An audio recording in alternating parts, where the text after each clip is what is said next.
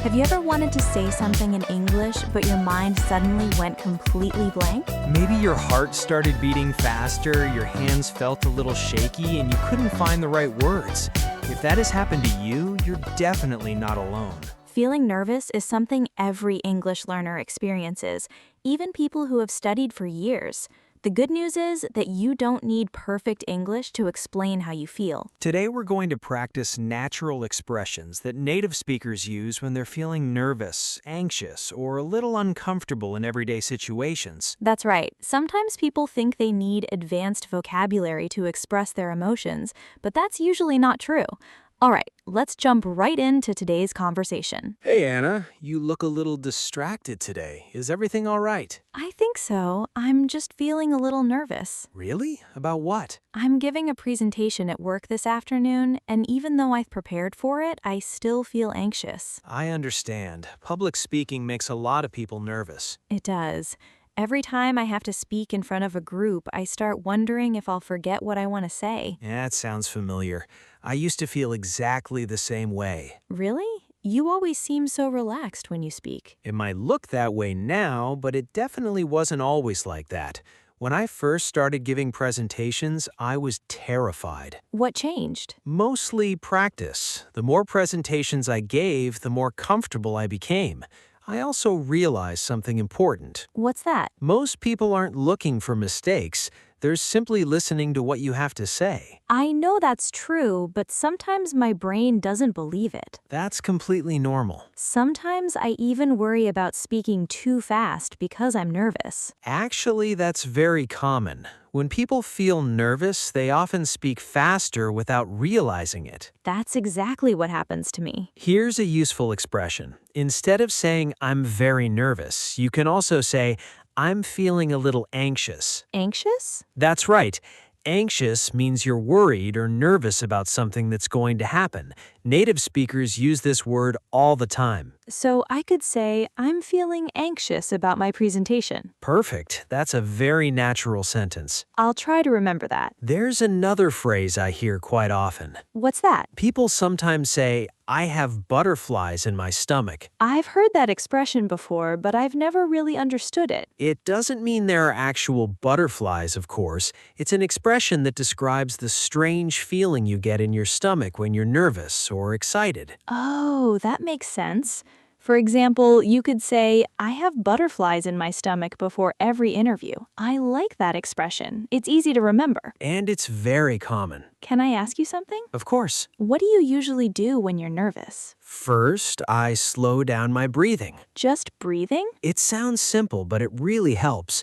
Then I remind myself that I don't have to be perfect. That's probably the hardest part for me. Why do you think that is? Because I always feel like everyone is paying attention to every little mistake I make. Can I tell you a secret? Sure. Most people are thinking about themselves much more than they're thinking about you. That's actually comforting. Think about the last presentation you watched. Did you remember every mistake the speaker made? Honestly, no. Exactly. You probably remembered the main ideas instead. You're right. That's usually what audiences do. I guess I put too much pressure on myself, Many English learners do the same thing. especially when I'm speaking English. Why does English make you feel more nervous than your native language? Because I'm afraid people will notice my mistakes or my accent. That's a very common concern. Sometimes I know exactly what I want to say, but the words just disappear. That's happened to me before. Really? Absolutely.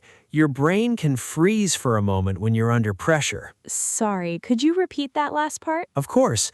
I said your brain can freeze for a moment when you're under pressure. Oh, under pressure. Exactly.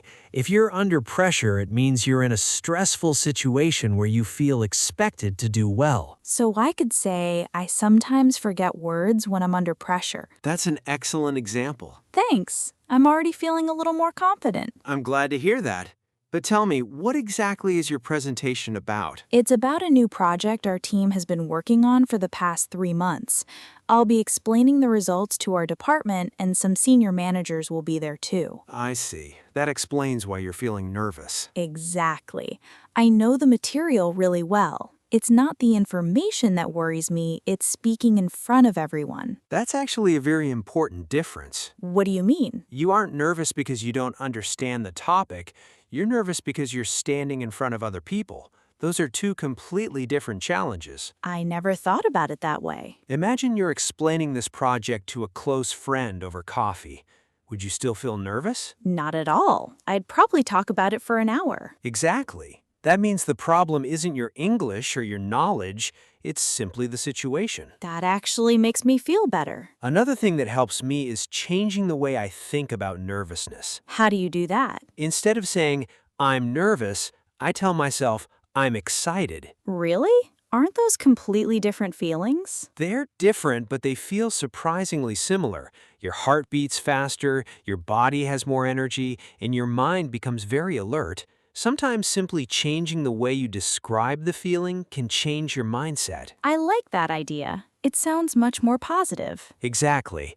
You're about to do something important, and it's natural to care about it. I guess if I didn't care, I probably wouldn't be nervous. That's a great way to look at it. What if I forget a word when I'm speaking? Then you pause for a second and keep going. What if I make a grammar mistake? You keep going. And what if I pronounce something incorrectly? You keep going. You make it sound so easy. Because it really is. Most conversations don't stop because of one mistake. They continue because communication is more important than perfection. That's something I need to remember. Here's another useful expression. Take a deep breath. People say that a lot. They do. If someone tells you to take a deep breath, they're encouraging you to slow down, relax, and stay calm before doing something difficult. So before my presentation, I can take a deep breath and remind myself that I know the material. Exactly. You know what? I think I've been focusing on all the things that could go wrong instead of everything that could go right. That's very common. Maybe the presentation will actually go well. It probably will. And even if it isn't perfect, You'll still learn from it. that's true. Every presentation, every conversation, and every time you speak English makes you a little more confident. It's funny, we always tell English learners that making mistakes is part of learning, but sometimes we forget to believe it ourselves. That's because we're human. We all want to do well. You're right. Can I give you one last piece of advice? Please do. Don't try to sound perfect. Try to sound genuine. What's the difference? Perfect sounds impossible.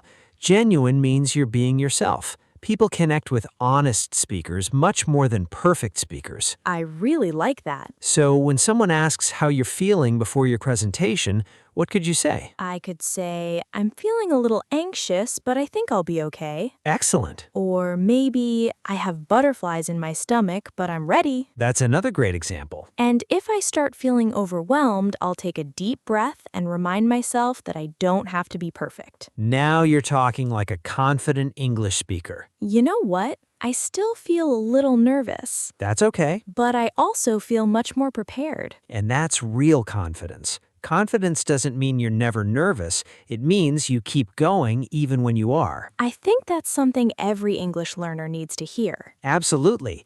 Every fluent speaker was once a beginner. Every confident speaker has felt nervous before. The difference is that they didn't give up. And neither should you. Keep speaking, keep practicing, and remember that every conversation is another step forward. We hope today's conversation gave you some useful expressions and, more importantly, a little more confidence the next time you feel nervous speaking English. Remember these natural phrases. I'm feeling a little anxious. I have butterflies in my stomach. I'm under pressure. Take a deep breath. These are expressions you'll hear in real conversations, and now you can use them too. If you enjoyed practicing with us today, please like this video and subscribe to the English Talk channel. It really helps us continue making natural English conversations for learners around the world. Thanks for spending time with us today. Keep practicing, keep believing in yourself, and we'll see you in the next lesson. Take care, keep speaking English, and goodbye for now.